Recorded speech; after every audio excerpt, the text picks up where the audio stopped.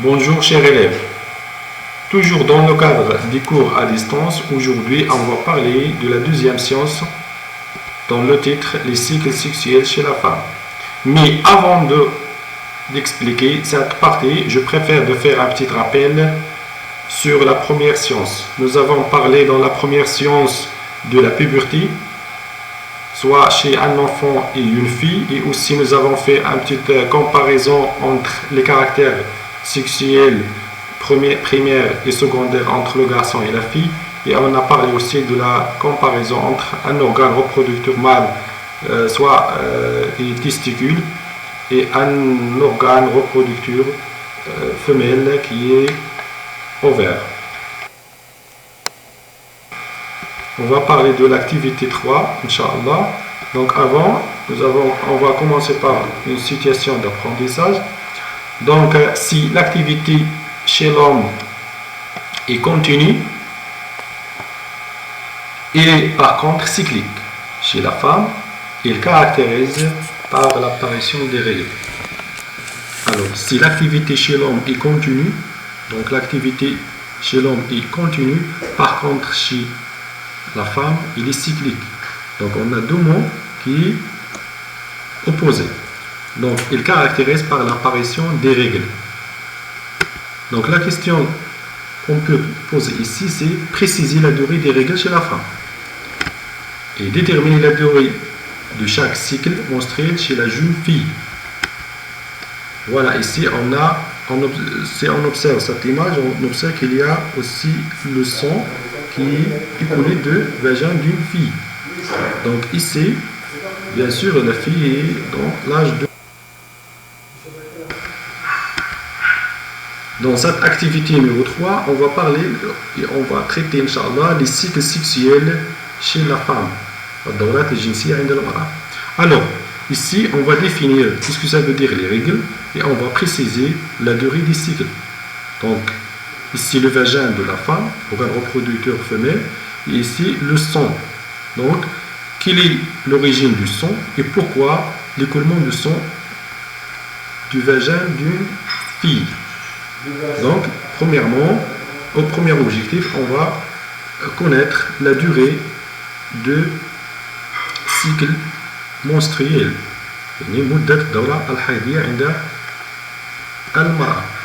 À partir du document 1, page 134 sur votre manuel. Donc, voilà un cercle qui montre le cycle menstruel chez une fille adulte. Donc, le nombre ou la durée du cycle, c'est 28 jours. Parce qu'on compte ici 1, 2, 3, 4 jusqu'à 28. Parce qu'on fait un cycle, 28 jours. Donc, ici, on a 1, 2, 3, 4, 5. Au moyen 5 jours, c'est la durée de menstruation. Les règles, c'est 5 jours au moyen dans le cycle. Total des jours de cycle, c'est 28 jours. Et ici, les jours de fertilité, c'est à partir de 11 jours jusqu'à 6e jour. Donc, et le 4e, c'est, on va voir pourquoi le 14e jour. Donc, on passe les règles. Ce que ça veut dire les règles, c'est l'écoulement sanguin périodique évacué par quoi? Par le vagin. Et quelle est la durée des règles? La durée des règles, au moyen de 5 à 6 jours par mois. Et aussi la durée du cycle dure 28 jours total. Alors, à partir du document 2, page 134, sur votre manuel, précisez le moment d'ovulation. Ici sur cette figure, on observe qu'il y a ici l'ovaire, et l'ovaire porte des ovules, voilà, follicules, parce qu'on a déjà parlé des follicules, ça veut dire l'ovaire elle contient beaucoup de follicules, donc un follicule qui est maturé, il doit être libéré quoi? Un ovule. Voilà, primaire et secondaire, et ici un follicule qui est maturé, donc libéré pour expulser l'ovule. Voilà, expulsion d'ovule. Donc le moment d'ovulation où le follicule expulsé ou libérer un ovule, c'est le 14e jour. Donc le moment d'ovulation, c'est le 21. Ici, on parle de phénomène qui est ovulation. Alors, le bilan de cette partie, le règle, c'est quoi? Se caractérise par l'écoulement du sang par le vagin, dû à la destruction partielle de la paroi de l'utérus, et durant au moyenne 5 jours. Donc, ce phénomène se répétait une seule fois tous les 28 jours. Donc, les règles, elles se caractérisent par l'écoulement du sang par le vagin, dû à l'origine, c'est la destruction de la paroi de l'utérus. Et durant au moyenne 5 jours, ce phénomène se répétait une seule fois tous les 28 jours. Alors, le premier jour des règles, c'est le premier jour du cycle de l'utérus. L'ovulation aura lieu le 14e jour du cycle. Il n'y a pas de règles lorsque l'ovule est fécondé. Les règles disparaissent à l'âge de ménopause. Et l'âge de ménopause, c'est de 45 à 55 ans. On passe. Donc, deuxième objectif dans cette activité 3, qu'est-ce que ça veut dire le cycle ovarien chez la femme? On va parler du cycle ovarien chez la femme. Donc, à partir de documents 2 et 3, page 134 sur votre manuel, dégagez les caractéristiques du cycle ovarien. Et aussi la deuxième question, quelles sont les phases du cycle ovarien?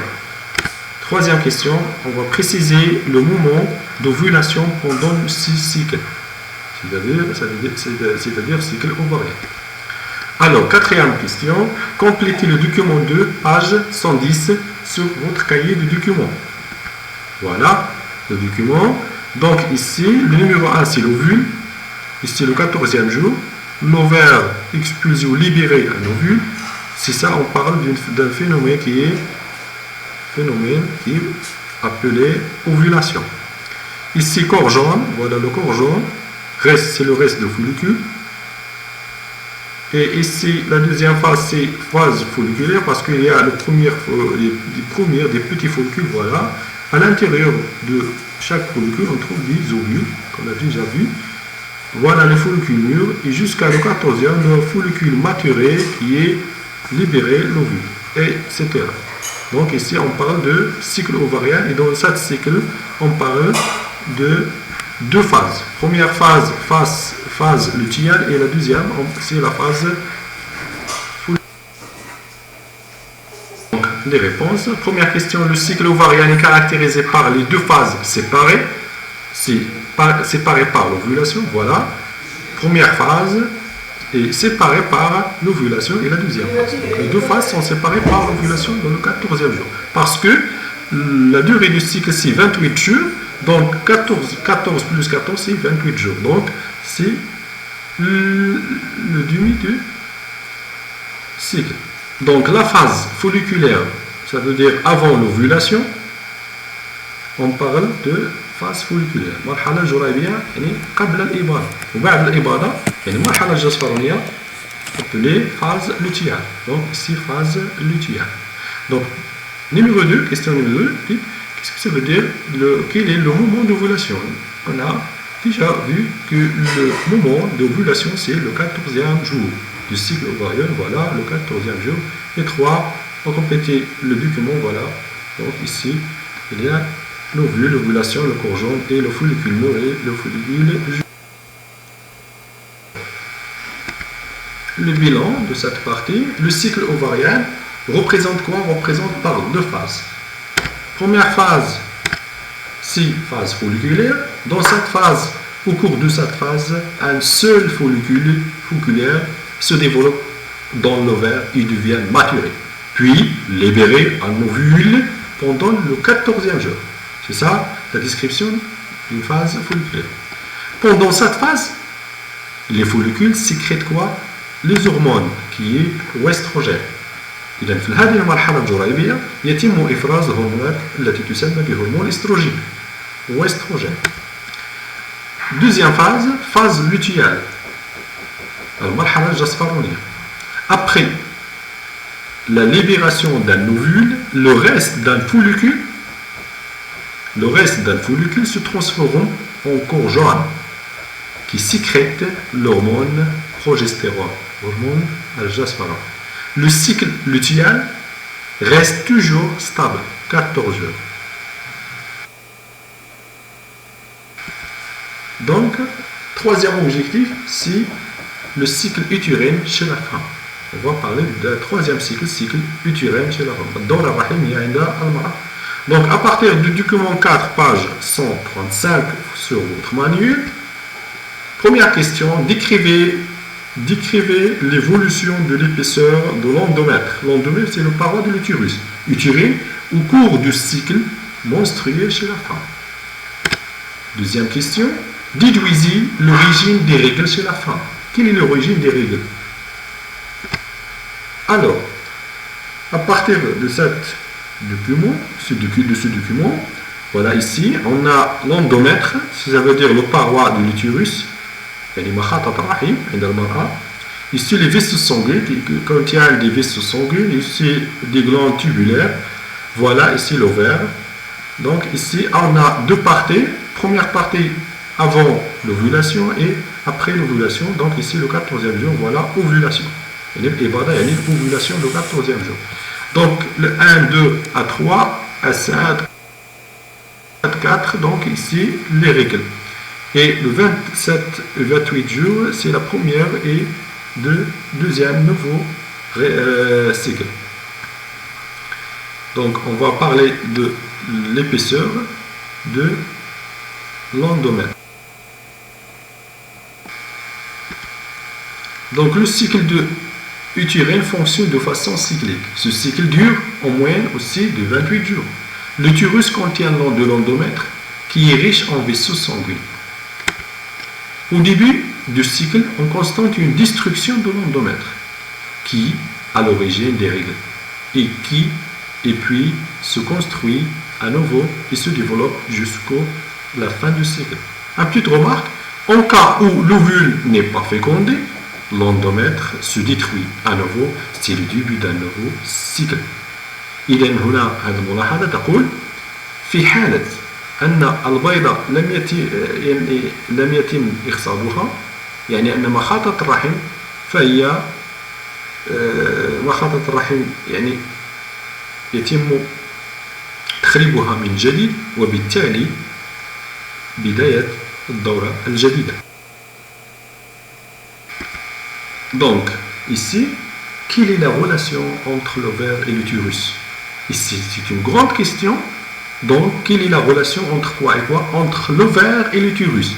Ce sont deux organes de la femme. Alors, est-ce que l'ovaire qui est contrôlé l'utérus ou contraire, l'utérus qui est contrôlé l'ovaire? هنا نطرح التساؤل الكبير، ما هي العلاقة بين المبيض والرحم؟ هل المبيض هو الذي يتحكم في الرحم، أو هل الرحم عكس ذلك هو الذي يتحكم ويراقب نشاط المبيض؟ Donc, quelle est la relation entre l'ovaire et l'utérus? Alors, quatrième objectif dans cette activité numéro 3, quelle est la relation fonctionnelle entre l'ovaire et l'utérus? ما هي العلاقة الوظيفية بين المبيض والرحم؟ Donc, exercice document 4, page 112, sur le cahier de document. Voilà, ici, on va faire une description du document. Ici, voilà, c'est une relation fonctionnelle. Ici, cycle ovarien, ici, cycle lutéal. Si on veut parler ici, c'est l'ovaire, ici, c'est l'utérus. هنا المبيض هنا الرحم. وبالتالي ici le cycle ovarien, première les cavités folliculaires, follicule mûr, ovulation le 14e jour, phase folliculaire, phase lutéale, c'est corps jaune et se détruit.